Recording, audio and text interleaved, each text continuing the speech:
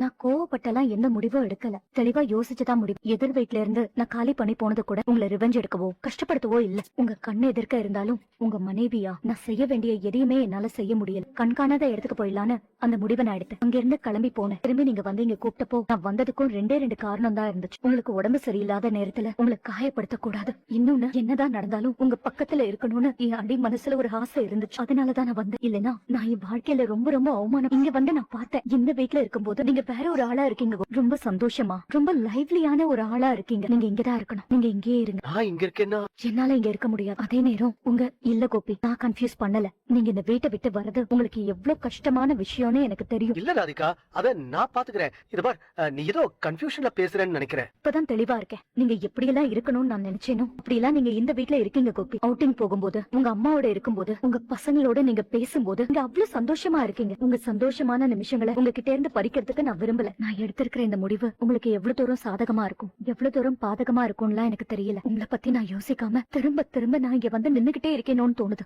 ஆனா இதுதான் கடைசி. மறுபடியும் ஒரு நான் இங்க வந்து நிக்கவே மாட்டேன். இத்தனை நாள் நான் பண்ணதுக்கெல்லாம் என்ன மன்னிச்சிருங்க. மருந்தெல்லாம் ரெகுலரா சாப்பிடுங்க. டாக்டர் சொன்ன எக்ஸசைஸ் எல்லாத்தையும் பண்ணுங்க. நான் போயிட்டா உங்களுக்கு டென்ஷன் ஸ்ட்ரெஸ் எதுவுமே இருக்காது. சந்தோஷமா இருங்க. நான் கிளம்புறேன். கொஞ்சம் யோசி ராதிகா, உன் கோபிக்காக யோசியேன் ப்ளீஸ். உங்களுக்காக தான் இந்த முடிவே. நான் யாரையும் காயப்படுத்துறவ இல்ல, அடுத்தவங்களை என்ன காயப்படுத்த விடுறதும் இல்ல. இந்த கொஞ்ச நாள்ல